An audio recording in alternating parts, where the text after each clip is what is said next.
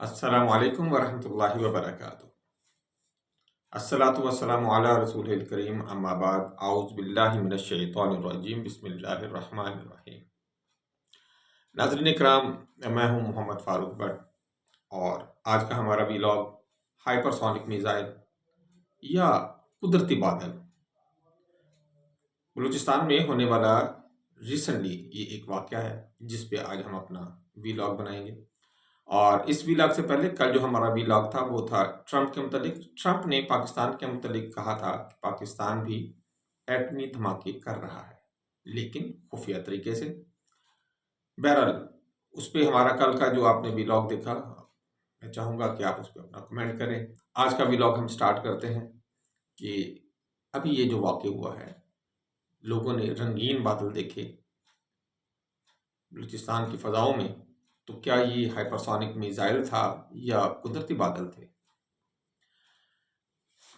اگر ہم یہ کہیں کہ یہ لینٹرکل بادل تھے تو ایسا ہمیں صرف ایک ہی محکمے نے کہا ہے، اور وہ محکمہ ہے پاکستان کا محکمہ موسمیات۔ اور محکمہ موسمیات پہ آپ کتنا یقین کرتے ہیں مجھے اپنے کمنٹ میں ضرور بتائیے گا۔ میری تو ہنسی نکل گئی ہے محکمہ موسمیات کی بات پہ یقین کرنے کے لیے۔ بہرحال بہت سارے مبصرین کا یہ خیال ہے، تھوڑے نہیں زیادہ مبصرین کا یہ خیال ہے کہ یہ ہائپرسونک میزائل کے بعد بننے والے مخصوص بادلوں سے مشابہت رکھنے والے بادل تھے۔ آئیے ہم سائنسی حوالے سے اور اسٹریٹجک کے حوالے سے اس تمام واقعے کا جائزہ لیتے ہیں۔ 28 اکتوبر 2025 کی صبح کچھ علاقوں میں غیر معمولی بادل دیکھے گئے۔ یہ علاقے تھے بلوچستان کے۔ یہ صبح کے پہلے پہر میں نمودار ہوئے، قریباً 20-25 منٹ یہ رہے اور پھر یہ غائب ہو گئے۔ شہریوں نے کیونکہ اس طرح کے بادل پہلی دفعہ دیکھے تھے، رنگین بادل تھے اور ہوا میں آنکھ مچولی کرتے ہوئے نظر آ رہے تھے، گھومتے پھرتے نظر آ رہے تھے، تو بہت سے لوگوں نے ویڈیو بھی بنائی اس کی اور تصویریں بھی شیئر کی ہیں۔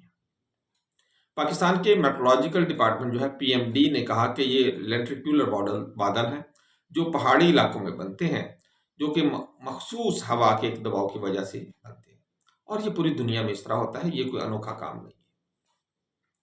ناظرین، میں نے جو تھم نیل بنایا ہے اس میں میں نے جو بادل بنتے ہیں، لینٹریکل بادل بنتے ہیں، میں نے ان کی شیپ بھی دکھائی ہے۔ میں نے اس میں آپ کو یہ بھی دکھایا ہے کہ جو پاکستان میں بادل نظر آئے ہیں ان کی شیپ کیا ہے۔ پھر 2019 میں اسپیس ایکس کا جو ایکسپیریمنٹ کیا گیا امریکہ میں، تو اس کے بعد جو بادل بنے وہ میں نے آپ کو دکھائے ہیں۔ اور پھر میں نے 2009 میں جب رشیا نے ہائپرسونک میزائل کا تجربہ کیا تھا اور اس کے بعد جو بادل بنے تھے، میں نے اس کی تصویر بھی آپ کے لیے دی ہے، تو تینوں کو آپ دیکھیے گا۔ بہرحال دفاعی مبصرین کی اگر ہم دیکھیں تو وہ کہتے ہیں کہ لینٹریکل بادل جو ہیں وہ اس طرح کے نہیں ہوتے ہیں، اور میزائل ٹیسٹ کا یہ زیادہ چانسز ہیں۔ UK میٹ آفس کی جو ماہرین کی رائے ہے، ان کے مطابق لینٹریکولر جو کلاؤڈز ہیں یہ لینس کی شکل کے ہوتے ہیں اور پہاڑوں کے نیچے بنتے ہیں، اور ان کی شکل بعض اوقات UFO جیسی ہوتی ہے، اور یہ رنگین ہوتے ہیں کیونکہ برف کے ذرات روشنی کو موڑ دیتے ہیں، تو ہمیں کوسے قزاق کے رنگ اس طرح ترتیب میں تو نظر نہیں آتے، لیکن مختلف بادلوں میں مختلف رنگ ہمیں نظر آ رہے ہوتے ہیں، یعنی کہ ہمیں جو بادل ہیں یہ رنگین نظر آ رہے ہوتے ہیں۔ خاص طور پر یہ اگر فینومنا طلوع آفتاب کے وقت ہو یا غروب آفتاب کے وقت ہو۔ تاہم سوشل میڈیا کے جو تجزیہ کار ہیں بہت سارے، وہ کہتے ہیں کہ اسپائرل شکل اور تیز جو تبدیلی تھی ان بادلوں میں، وہ اس کو الگ کرتی ہے لینٹریکل بادلوں سے۔ لینٹریکل بادل اتنی تیزی کے ساتھ نہ تو وہ ان میں تبدیلی آتی ہے اور نہ ہی وہ اتنے اسپائرل شکل کے ہوتے ہیں، وہ ایک چھتری نما ہوتے ہیں یا وہ ایک UFO ٹائپ ہوتے ہیں، جس طرح اڑن تشتری نہیں ہوتی اس کو UFO بھی کہا جاتا ہے، تو یہ اس طرح کے ہوتے ہیں۔ تو لیکن یہ جو بادل تھے جو یہاں پہ دیکھیں، یہ تو بڑے اسپائرل قسم کے تھے، کیونکہ ہوتا یہ کہ جب میزائل تیزی کے ساتھ ہوا سے نکل کر، فضا سے نکل کر خلا کی جانب رواں دواں ہوتا ہے، تو اس کا جو بوسٹ گلائڈ فیز ہے تو اس کی وجہ سے گیسز فضا سے ٹکرا کر آئس کرسٹلز میں کنورٹ ہوتی ہیں، پھر جن میں سے جب روشنی گزرتی ہے تو وہ ہمیں رنگین نظر آتے ہیں۔ پھر اسی دوران جب یہ ٹیسٹ کیا گیا یا جب یہ بادل نظر آئے تو اسی دوران امریکی جاسوس طیارے کی قریبی علاقے میں موجودگی بھی اس چیز کو شبہات میں بڑھاوا دیتی ہے کہ یہ شاید میزائل ٹیسٹ ہی تھا، یہ کوئی قدرتی بادل نہیں تھے۔ میں نے جیسے آپ سے پہلے ذکر کیا کہ اسپیس ایکس 2019 اور روسی ٹیسٹ 2009 میں جو کیے گئے، انہوں نے بھی ایسے ہی رنگین ٹریل بنائے تھے۔ یہ جو میزائل اور راکٹ لانچ جو کیے جاتے ہیں، ان کا جو ٹریل بنتا ہے وہ اسی طرح کا اسپائرل ہوتا ہے، لہذا زیادہ چانس یہ ہے کہ یہ میزائل ٹیسٹ کیا گیا ہے۔ سرکار نے انکار نہیں کیا۔ بہت سارے لوگ کہہ رہے ہیں جی سرکار نے انکار کر دیا، سرکار نے کوئی انکار نہیں کیا۔ ہاں البتہ تھوڑا سا مائلڈ کرنے کے لیے حالات کو ہوا یہ کہ پاکستان نے محکمہ موسمیات کی مدد لی اور محکمہ موسمیات نے جو انہیں لکھ کے دیا گیا انہوں نے سب کو بتا دیا۔ آپ دو بیانات اس کے علاوہ دیکھیں۔